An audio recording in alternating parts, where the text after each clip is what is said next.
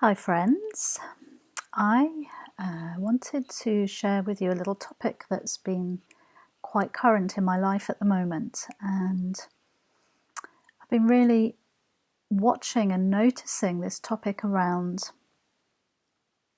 mine and yours, and this concept that we have that something belongs to me and therefore I need to protect it, I need to hold on to it. I need to make sure nobody else has it in case I lose it. And I think for many of us, we were brought up that way, to kind of protect things and to, and especially as kids, when we're playing this with toys and things, it's mine, no, it's mine. This kind of early behavior where we start to want to keep something for ourselves. And quite often we were taught to share, weren't we, as kids? But as we get older, it's really interesting to watch, actually, how very subconsciously we still play out this thing that we need to protect what belongs to us. It's mine. And quite often it's easy to share certain things, like, you can have one of my crisps or have a piece of cake, or I'll share a lift with you, or I don't know, whatever it is. But the perceived bigger things, there's a little bit of resistance potentially around that. And also around people, our children, our parents, our friends. We make them special, and therefore it's mine and you can't have it. And of course, the classic way that plays out in relationships is particularly in romantic relationships, where, as I say, there's this belief that when you're in a relationship, that you're mine, and therefore if you see somebody talking to someone else, or flirting with someone else, or spending time with someone else, quite often it triggers a lot of jealousy and envy and resentment. And this can come out in varying degrees. It can come out very obvious, where someone gets really angry and rageful and puts you down a peg or two because of that, or it may be projected at the other person. You're trying to take my man, or who are you to be behaving like that? So it comes out in numerous ways, and it can be very violent, as I'm sure we've witnessed, when there's a perception that someone else has taken their woman or their man.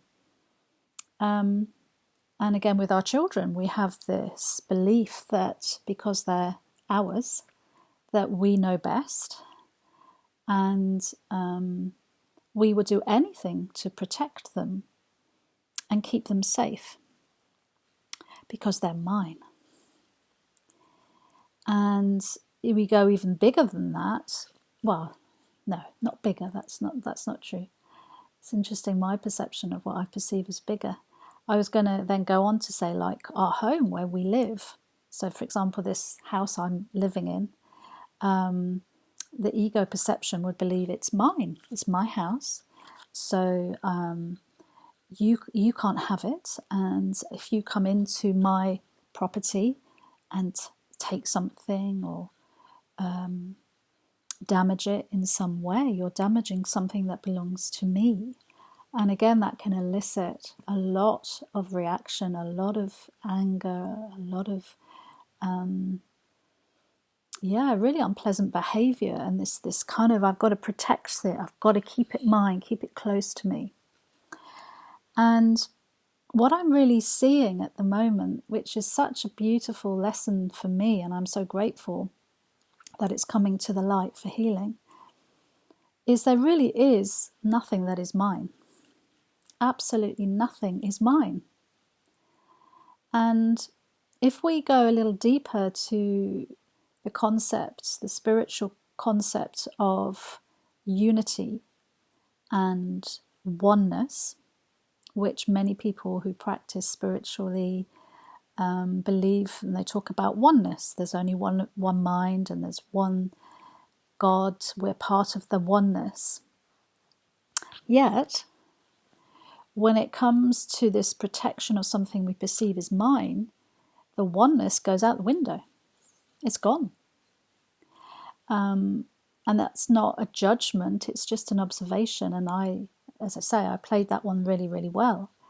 But actually, what I'm seeing, it wasn't the true me, it was the egoic me, which is always 100% based on fear and lack, and that I can lose something.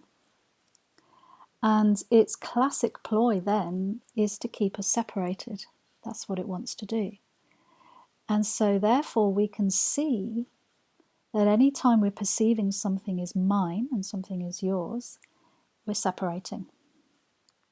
Every single time. So tick, ego's done its job, because that's what it wants to do. It wants to keep us separated from our brother and our sister. And even in my mind, what's just dropping in as well is around countries. We can see that, can't we, in war. This is my country, this is our border, how dare you step over it. And it's so fascinating when you start to really want to see the truth and be at peace, and start to see where we're taken from our peace, where we feel we need to protect something. And instantly it will take us into fear and into past or future. So it's based on a concept of the past, when we've perceived we've lost something, so I now need to protect it. And of course, when we're in fear, it's because of the future. Well, if you take something that belongs to me, I will be lacking in the future. And the future can be in 2 seconds' time, 3 seconds, 3 days, 3 years. But wherever we're in or on the timeline, that is where we are in this past and future dichotomy, which causes pain. And if we truly wish to be at peace and to live a life in harmony with the natural laws of the universe, we have to really start to open our mind and actually see that there's nothing to protect. And just notice for yourself, how does that make you feel? And notice what areas that you think, oh yeah, I can easily give in this area. But in other areas, it's like, wow, I really think it's mine and I have to protect it and I don't want to lose it, whatever it may be. So what we're being asked to do, if we truly want peace and we truly want unity and to be at one, is to actually start to surrender everything to the God of our understanding. Now that sounds maybe for some of you quite easy, for others of you, no, very difficult. And again, do that check-in and notice, well, yeah, I could surrender this and this and this, but my kids, my home, my finances, my car, my holiday, it's a little bit more challenging. And when we say surrender, it doesn't mean you're going to actually lose these things, because that's again what the ego is saying. No, you can't do that. You've got to protect it. Again, we go into lack. Now, when we're totally in alignment with Source and the universe, there is no lack. There's a constant supply of everything that we need when we need it. So we don't need to save for a rainy day, because again, the ego has got us stuck in the future. There is no rainy day. It's always now.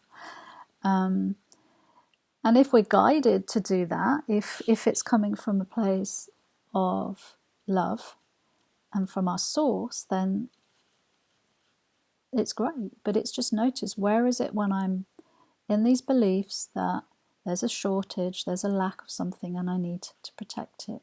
It's mine. And it's a big concept, it's a lot of undoing. But what I've been seeing over the last couple of years, probably, and more so recently, is as I'm healing and going on a deeper level, I just want to give my love, give my time to people or situations where I'm guided, where God wants me to be, regardless of Anne-Marie's agenda. In the past, it was very much based on Anne-Marie's agenda, i.e. the ego's agenda. And now I've given my life completely over to God. And I've said to God, it's over to you. Wherever you want me to go, whatever you want me to do, whatever you want me to say, I'm here to be truly helpful. And I mean it. And that's manifested as just saying yes to these situations, opportunities that are coming my way, that God is bringing to me. And as I say, maybe the old Anne-Marie would be looking at it very differently. Part of the ego would be going, well, what am I going to get for this? Or, oh, I haven't got time for this, or whatever story may be running. We all have them because we've all got that ego. And it's just little by little, as we start to uncover these fearful egoic beliefs, we start to see they just keep us in fear and they keep us stuck. And it's actually very, very painful because we're always watching our back or trying to protect things or people. And when we really believe in this higher power to love us unconditionally, be our supply, then there's a softening, there's a letting go in how that will happen. And so we let go of our plan of how that should look. And again, I'm talking about the ego I, which is the small self. But when we start to join consistently with God, with the universe, with our higher power, the plan is exquisitely beautiful. And it will unfold moment by moment by moment. And we can't know how that will look until it arrives. And there is the biggie. There is the trust and the faith. And this isn't a quick fix. It's taken me years to get to this point, and I know I'm not, completely there, wherever there is. But what I'm seeing is just such a gentleness and a softness, and it's an opening actually of my heart. And there are many beautiful, great teachers out there who demonstrate this, living or not, that just give to get nothing. But actually, in the giving, you have everything. And it's not always in material form. And the gratification, I suppose, that you get is just this amazing joining with God and love.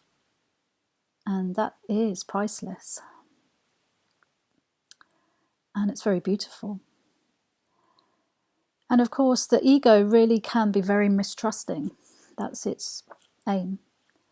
And so it just can be interesting to start with, to just notice when our thought processes start to just go, oh, better be careful here, or what are they trying to get? What will I lose here? And just start to notice when the story arises.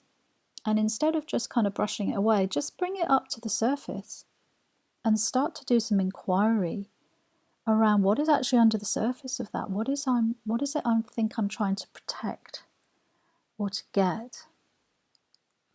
And how would it be if I just came into the present moment and could hand over that belief to your higher power to help you see the truth? You may not get an answer right away. You may. But this is the power of prayer and the power of handing things over when you really truly want to see the truth. And if you have a genuine desire for that, when you hand over this belief or the things you're noticing, and you say to Spirit, to God, I can see that I'm holding on here, or I'm in lack or fear, and I don't want to live like that anymore, but I don't know how to change. But I know you do. So please help me to see this differently. Please help me to trust you as my supply. And little by little, as you start to do that, you will see your life change. You will witness miracles. You will join from a place that is from your heart, that just wants to give. And what I've seen is, when we come from that place, the miracles that unfold and the opportunities is beyond anything that I could have planned. And that just blows me away, actually. And it shows me that God's plan is the one I want to follow, not my own anymore. So yeah, just be mindful of this, yours and mine, and when you withhold and when you're trying to get. And I had an experience recently in a couple of relationships, actually, where it was a very subconscious belief, but I've been praying to see the truth around it, where my natural default when I feel threatened or upset or attacked, as in behaviour, I want to withdraw and I want to hide and protect myself. And I could see in this particular case that it was like a knee-jerk. It just happens. These beliefs just happen instantly, don't they? But I could see, actually, no, I don't want to do that anymore. And then what I saw under the surface was, actually, when I do that, I actually withhold my love.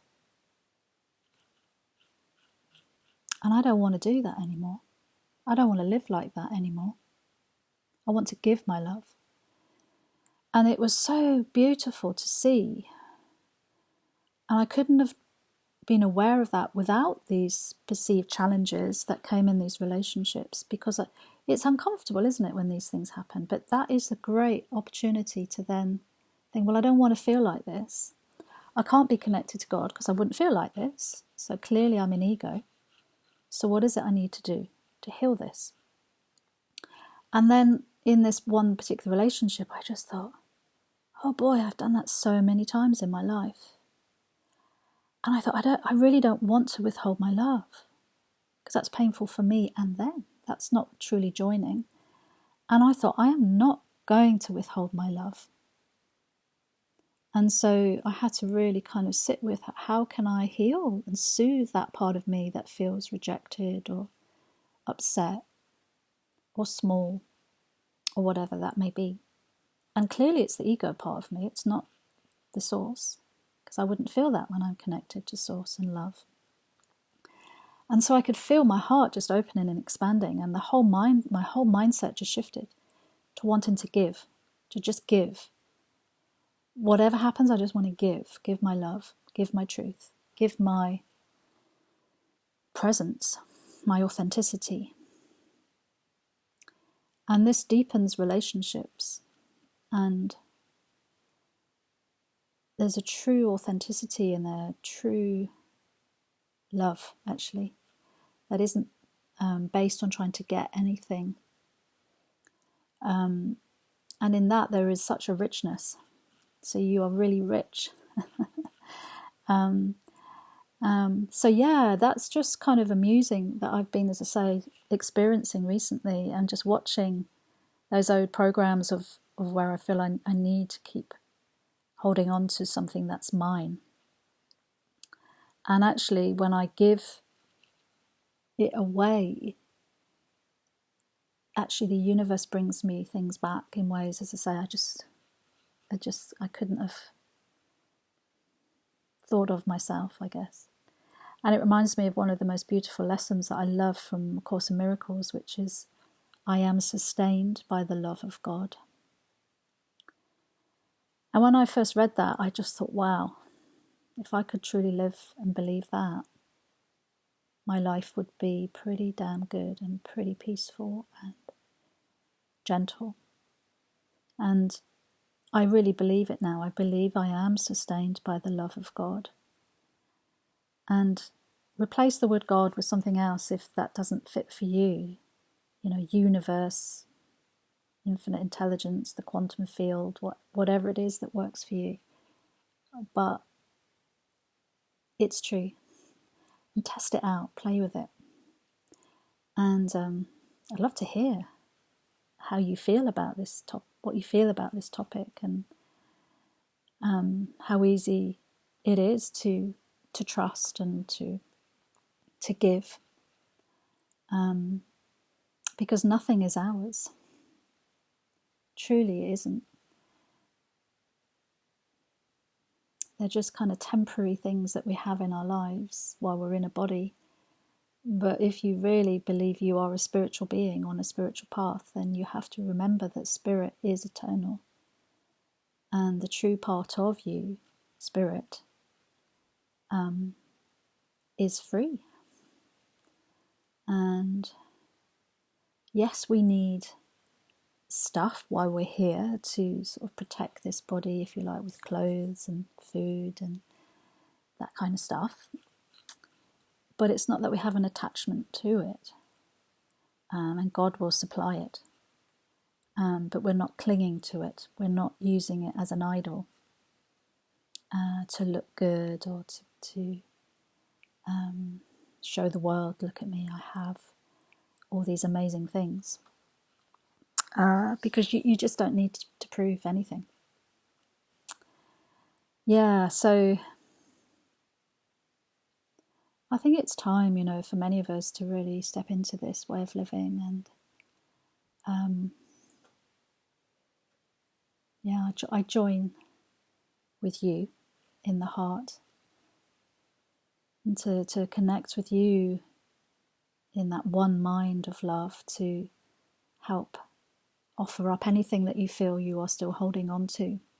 You can see when you hold on, it's tight and it hurts. When we let go, everything's free and loose and it feels much better. Yeah, and when you pray for guidance around these situations, or to be seen, or to uncover these hidden beliefs, like that came for me, when I saw I was withholding my love. It's just wonderful. And Spirit will always deliver if we ask, and if we're ready to receive. So that's a giving, isn't it? We're giving our deepest heart's desire to God. And then we receive the beautiful messages and the ways to join with others and to heal. So yeah, sending you waves and waves of blessings and gentleness and joy, kindness, love, presence and truth, however you are today. Okay, lots of love.